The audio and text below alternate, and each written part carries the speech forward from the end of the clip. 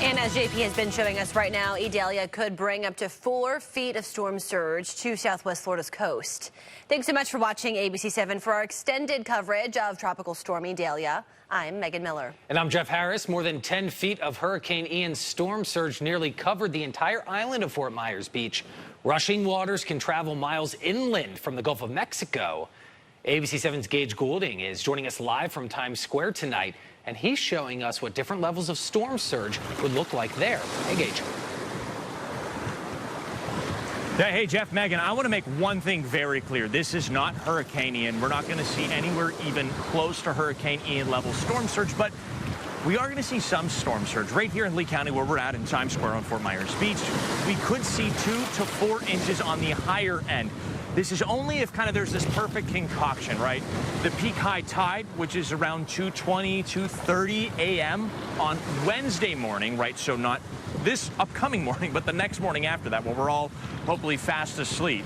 And then also there's the peak storm surge time, which is after midnight into the early morning hours of Wednesdays when we could see that most storm surge. So unfortunately, it looks like it's aiming up to be that concoction. And you're probably wondering, Gage, why are you standing out here in the middle of the Gulf of Mexico? Well, it's because I want to show you what that 2 to 4 feet of storm surge will look like. As I back up a little bit further into the water here, this pool in my hand is 8 feet long. We're not going to see that, all right? But it is a good way to show where I'm standing right now. I'd say is 3 feet coming to about 4 feet where I'm at right now. So if we put that 4 feet underwater, right, and this is approximate, so just work with me here, 4 feet underwater, where we would be at tomorrow, approximately, worst case scenario is what we're talking about right here, would be towards the top of this pool where that little yellow reflective tape is that we put on there for you. So me, I would be underwater. I would be trying to swim. Now, just like these waves are coming in and pushing me around right now, the swells, that adds a little bit more to it, right?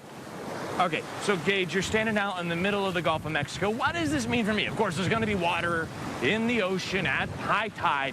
Great question. So the best way to show this, once again, using this pool, we're not going to see 8 feet where there's dry land, not even close to that. Worst case scenario, 4 feet. Let's use this old beaten up part of the Fort Myers Beach Pier, right? Here's 8 feet approximately.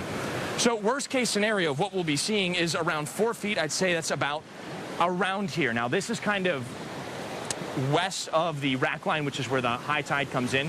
So we could see a little bit more, but give you an example, I'm 6'3". I promise I'm 6'3".